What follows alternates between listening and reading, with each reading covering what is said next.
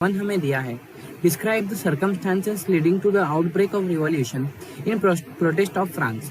तो मतलब क्वेश्चन में हमें पूछा गया है कि देखो क्या कारण थे जिसकी वजह से उन लोग ने रिवॉल्यूशन किया। आउटब्रेक ऑफ रिवॉल्यूशन मतलब कि किन कारणों की वजह से उधर रिवॉल्यूशन हुआ था, तो क्या कारण थे वही बताना है। तो इधर का आंसर कैसे आएगा, फर्स्ट पॉइंट में आएगा हमारा answer. Louis 16 was an autocracy ruler.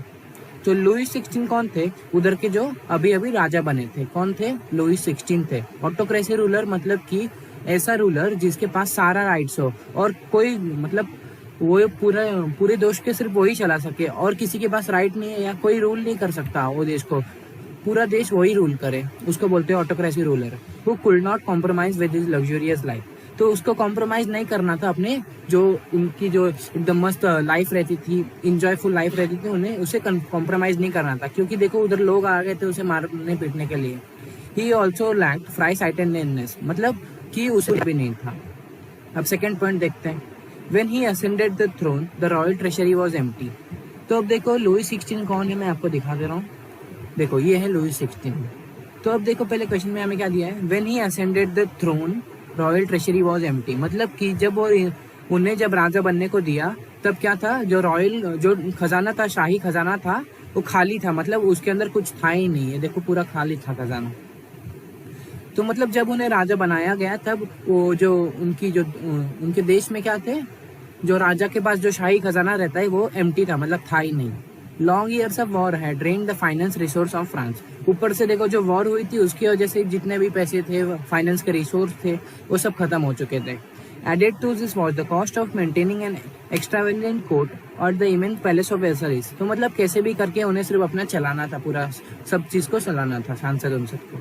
तो देखो थर्ड हमें क्या दिया है, under Louis 16 France help 13 American colonies to gain their independence from Britain. तो देखो लुई 16 ने क्या किया, इधर उधर से थोड़ा लोन विन लेके क्या किया, और जो अमेरिका थी, अमेरिका के जो कॉलोनीज थे उनको इंडिपेंडेंस दिलाया, क्योंकि वो रूल मतलब जो ब्रिटेन के लोग थे वो क्या करते थे, अमेरिका की कॉलोनी जो थी उधर रूल करते थे। तो क्या किया, थोड़ा सा क्या किया इसने, फ्रांस ने क्या किया, फ्रांस ने हेल्प किया अमेरिका को 13 अमेरिकन कॉलोनीज को छुड़ाने के लिए। तो क्या हुआ देखो, from Britain the war added more than billion livres to debt credit. देखो पहले क्या करते थे इन लोग अपनी जो आर्मी है सब खर्च करते थे, उसके बाद भेजते थे उधर लड़ने के लिए। तो देखो उतने में कितना खर्च आ गया, बिलियन लाइवर्स। लाइवर्स क्या होता है, लाइवर्स उधर के अमाउंट होते हैं, उधर की करेंसी। तो बिलियन लाइवर्स, इतने पैसे उन लोगों की खर्च हो चुके थे और उन लोग ने ऊपर से लोन भी लेके रखा था फ्रांस ने हेल्प करने के लिए अमेरिका को। Now they began to charge 10% interest on loan. तो उसके बाद जब पैसा पे करने का आया तो 10% इंटरेस्ट के साथ लोन का पैसा पे करना पड़ता था। So the French government was obliged to spend an increasing percent of its budget on interest payment loan. तो मतलब देखो जितना उनका बजट आता था सब मतलब पूरे देश का जो टैक्स वैक्स मिला के आता था पैसा, उसमें से सबसे ज्यादा कहाँ जाता था, लोन के ऊपर जाता था। जितना 10% इंटरेस्ट वाला जो लोन था उनके ऊपर जाता था पैसा। अब देखते हैं लास्ट 2 पॉइंट और है। The state finally increase taxes to meet its regular expense. तो क्या किया वो स्टेट ने, मतलब राज्य ने क्या किया कि मतलब टैक्स बढ़ा दिया ताकि हम लोग आर्मी मेंटेन कर पाए, गवर्नमेंट रन कर पाए, ऑफिसर्स और यूनिवर्सिटीज रन कर पाए। इसलिए क्या किया, the state finally increase taxes to meet it regular expense such as the cost of maintaining an army, running government offices and universities. अब देखो फिफ्थ पॉइंट क्या है, the French society was divided into 3 state. देखो French society को 3 state में divide किया था। कौन सा देखो, but the only member of first 2 state. तो पहले कौन से 3 स्टेट थे देखता हूँ, clergy, nobility and everyone else. मतलब क्लर्जी में कौन आएगा, जो क्रिश्चियंस लोग हैं, चर्च के लोग हैं वो आएंगे। नोबिलिटी में द किंग, क्वीन और मतलब जो बड़े लोग हैं वो आएंगे, किंग टाइप लोग हैं वो आएंगे। और थर्ड स्टेट में बिजनेसमैन, बिग बिजनेसमैन, मर्चेंट सब लोग आएंगे जितना बचते हैं। तो क्या हुआ, the French society was divided into 3 state but the only member of first 2 states that is clergy and noble were exempted to pay tax. तो ये इधर से इधर तक का मतलब क्या है, मतलब देखो पहले तो क्या 3 स्टेट में डिवाइड किया गया था उधर के लोगों को, क्लर्जी, नोबिलिटी और जो बाकी के लोग हैं वो। तो उसमें से क्या हुआ, क्लर्जी और नोबिलिटी जो थी उन्हें क्या था, टैक्स मतलब उनको टैक्स पे करने को मना कर दिया, मतलब कि वो टैक्स पे नहीं करेंगे तो चलेगा, ऐसा हो गया था। और जो थर्ड स्टेट है उनके ऊपर पूरा बर्डन आ गया टैक्स का। तो देखो दस the burden of financial activities of the state through tax was born by the third state only. तो यही था क्वेश्चन का आंसर, यही 5 पॉइंट आपको लिखना है। Which group of the French society benefit from the revolution, मतलब कि कौन सी ग्रुप फ्रेंच रिवॉल्यूशन के बाद, मतलब जो देखो 3 स्टेट में डिवाइड किया गया था, फर्स्ट, सेकंड और थर्ड। तो देखो फर्स्ट स्टेट में कौन थे, क्लर्जी, सेकंड स्टेट में नोबिलिटी और थर्ड स्टेट में जो और बचे लोग थे वो थे। तो क्या था, तो इसमें क्या दिया है कि कौन सी ग्रुप, मतलब फर्स्ट सेकंड थर्ड स्टेट में से कौन किसको बेनिफिट मिला रिवॉल्यूशन के बाद। तो ये पहला क्वेश्चन ये पूछा गया है। उसके बाद which group were force to रिक्लेनिश पावर, मतलब कि किस ग्रुप से पावर छीन ली गई। रिक्लेनिश मतलब होता है पावर छीनना। Which section of the society would have been disappointed with the outcome of the revolution. Revolution के बाद जो मतलब जो चीज निकल के आई, तो उस चीज से कौन से लोग डिसअपॉइंट हुए, मतलब कि किस किस को वो अच्छा नहीं लगा जो इफेक्ट निकल के आया। रिक्लेनिश मतलब क्या होता है कि पूरा पावर खत्म, मतलब कि जो उनको पावर थी अब उनके पास से छीन ली गई है।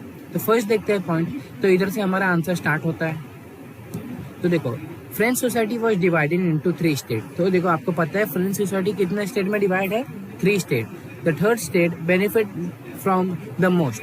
तो अब देखता हूँ, मैं आपको पिक के साथ बताता हूँ। देखो फर्स्ट मतलब इन्हें कितने में डिवाइड किया है, 3 स्टेट में डिवाइड किया गया है।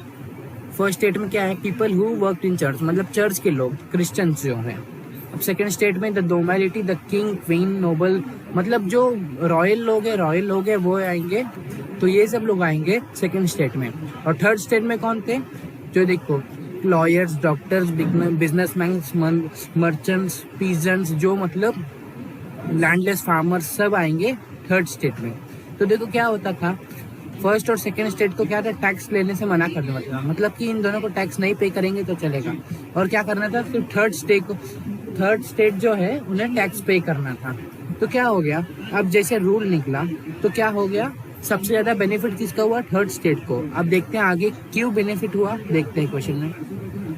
तो अब सेकंड पॉइंट आप क्या लिखोगे, the third state consist of peasants, artist, small peasants, landless laborers, servants, big businessmen, merchants, courts officials, lawyers, etc. तो इतने सारे लोग थे जिनको क्या किया था, मतलब कि थर्ड स्टेट में थे और इन्हें क्या करना पड़ता था, टैक्स पे करना पड़ता था। और फर्स्ट और सेकेंड स्टेट को टैक्स नहीं पे करना पड़ता था। तो अब देखते हैं थर्ड, हम देखते हैं पॉइंट। द थर्ड पॉइंट हमें क्या दिया है, the group that were force to रिक्लेनिश पावर। तो पहले मैं बता दूं, ये इससे पहले बता देता हूँ आपको क्या हुआ था। The third state benefit the most. Third state को बेनिफिट क्यों मिला था, देखो थर्ड स्टेट क्या थी, इनको टैक्स पे करना पड़ता था। लेकिन जब रिवॉल्यूशन हुआ, तो रिवॉल्यूशन होने के बाद क्या हुआ, अब टैक्स सबको पे करना कंपलसरी हो गया। मतलब फर्स्ट स्टेट, सेकंड स्टेट और थर्ड स्टेट टैक्स पे कंपलसरी करेगी। देखो अब जितना पावर इनके पास था, अब उतना तीनों के पास था। मतलब अब कोई किसी के पास कुछ ज्यादा पावर रहेगा नहीं, किसी के पास कुछ पावर नहीं रहेगा, चाहे वो फर्स्ट स्टेट हो, चाहे सेकेंड हो या थर्ड हो, तो किसी के पास पावर नहीं रहेगा। तो ये हो गया, इन लोग इक्वल में आ गए। तो अब थर्ड देखते हैं। थर्ड हमें क्या दिया है, the group that were force to रिक्लेनिश power where the people belong to the first and second state. तो जो फर्स्ट और सेकेंड स्टेट थी, उनके पास पहले क्या थी, पावर थी। तो क्या कर सकते थे, पहले से ही टैक्स लगा था। तो क्या किया था इन लोग ने, थर्ड स्टेट के ऊपर और टैक्स लगा दिया था, फर्स्ट और सेकेंड स्टेट में मिलके। तो क्या हुआ, अब इनके पास जब पावर ही नहीं बची, तो ये कुछ इन लोग के ऊपर रूल अप्लाई नहीं कर सकते, कुछ रूल नहीं लगा सकते इनके ऊपर, कुछ ऑर्डर नहीं दे सकते इन्हें। तो ये हो गया, तो इन लोग का नुकसान हो गया इसमें। तो फर्स्ट और सेकंड स्टेट क्या हुआ, उनसे पावर छीन ली गई। अब फोर्थ पॉइंट आप क्या लिखोगे, these people had enjoy certain privileges by birth. तो ये जो फर्स्ट और सेकंड स्टेट वाले लोग थे, वो क्या थे, जैसे ही पैदा होते थे वैसे ही उन लोग को क्या किया जाता था, मतलब सबके ऊपर रखा जाता था, फर्स्ट और सेकंड स्टेट में रखा जाता था। ये जो देखो राजा के रॉयल लोग रहेंगे वो, और जो क्रिश्चियंस रहेंगे उन्हें ऊपर रखा जाता था। लेकिन रिवॉल्यूशन के बाद क्या हुआ, with the revolution the people in first and second state lost their privileges. मतलब कि उन लोग के पास से पावर चली गई, अब सब इक्वल हो गए, फर्स्ट सेकंड थर्ड स्टेट सब इक्वल हो गया। तो उसके बाद देखो, because of inequality was one of the root cause of the revolution. सबसे मेन चीज क्या थी कि इनइक्वालिटी थी, मतलब कि उधर कुछ इक्वालिटी नहीं थी, फर्स्ट और सेकंड स्टेट को टैक्स पे नहीं करना था, और बहुत सारे कारण थे उसकी वजह से। रिवॉल्यूशन उन्होंने किया था। तो देखो, the revolution try to bring equality to the society. इसकी वजह से क्या हुआ, जो सोसाइटी में था इक्वालिटी आने लगी, मतलब कि अब सब लोग इक्वल हो गए। तो यही था हमारा सेकंड दिया है, describe the legacy of French revolution for the peoples of the world war during the 19th and 20th century. मतलब कि इस क्वेश्चन में हमें क्या डिस्क्राइब करना है, इस क्वेश्चन में हमें डिस्क्राइब करना है कि क्या इफेक्ट्स पड़े, जो कंट्री थी जिधर रिवॉल्यूशन हुआ, क्या इफेक्ट्स पड़े, क्या हुआ 19th सेंचुरी के बाद, क्या बाहर देश में हुआ, क्या क्या क्या चीज़ हुई उधर, क्या हुआ, क्या 20th सेंचुरी के बाद 19th सेंचुरी के बाद क्या क्या चेंज आए हमारे सोसाइटी में, वो सब बताना है। तो देखो और क्या है इसमें बहुत अलग अलग पीपल के सोच, जो अलग अलग लोगों के जो सोच थे, जैसे राजा राम मोहन राय और बहुत सारे लोग जो सोचे थे, अलग अलग सोच उनकी जो थी, वो सब हमें बताना है। तो फिर आंसर हमारा ऐसे स्टार्ट होगा, the ideas of liberty and democracy rights are the most important legacy of the French revolution. तो पहले मोस्ट इंपॉर्टेंट चीज़ हमें पहले लाइन में बता दी गई है कि लिबर्टी और डेमोक्रेसी राइट्स, ये जो दो चीज़ थी वो पूरे वर्ल्ड में, मतलब अभी देखो, अभी फिलहाल तो देखो सारे कंट्री है, मोस्ट ऑफ द कंट्री में क्या होता है, डेमोक्रेसी लिबर्टी, मतलब सारे राइट्स फॉलो होते हैं। तो यही देखो फ्रेंच रिवॉल्यूशन से आया है। फ्रेंच रिवॉल्यूशन की वजह से ये पूरा यूरोप में फैला, अलग अलग जगह पे फैला था। अब देखते हैं second point, the spreads from France to rest of the Europe during the 19th century. देखो अभी जो मैंने लाइन बोली वही इधर रिपीट हो गई है। क्या हुआ, स्प्रेड हुआ अलग अलग जगह से, फ्रांस से यूरोप 19th सेंचुरी के बाद अलग अलग जगह पे, अभी तो हमारे इंडिया में बहुत अलग अलग जगह पे अप्लाई हुआ है। colonized people reworked the ideas of freedom from bondage into their movement to create a sovereign national state। तो देखो, colonized people reworked in the idea of freedom मतलब क्या हो गया, जो अलग अलग लोग ने क्या किया, अपने सोच रखे सामने और अपना आइडिया दिया और मतलब खुद बताया कि अगर हम ऐसे करेंगे तो ये हमको होगा। उसकी वजह से देखो क्या हुआ, सबके दिमाग में ऐसे मोटिवेशन टाइप भरने लगा। उन लोग ने क्या कर दिया, एक ऐसा मूवमेंट क्रिएट कर दिया। उसकी वजह से क्या हुआ, देखो अपनी सोसाइटी, जो उनकी कंट्री है, स्टेट है, उनको क्या बनाना है, एकदम प्रॉपर, एकदम ऐसे पूरा, कोई ऐसे ऊपर नीचे कोई रहे नहीं। जैसे देखो अभी 3 स्टेट्स थे, ऊपर नीचे थे, कोई देखो 3rd स्टेट को टैक्स पे करना पड़ता था। तो उन लोगों ने क्या क्या चीज़ हटाई, वुमेन को क्या राइट्स मिली, वो सब बताया गया है। 4th में देखो, Tipu Sultan and Raja Ram Mohan Roy are the 2 individual who respond the idea originating from revolution France.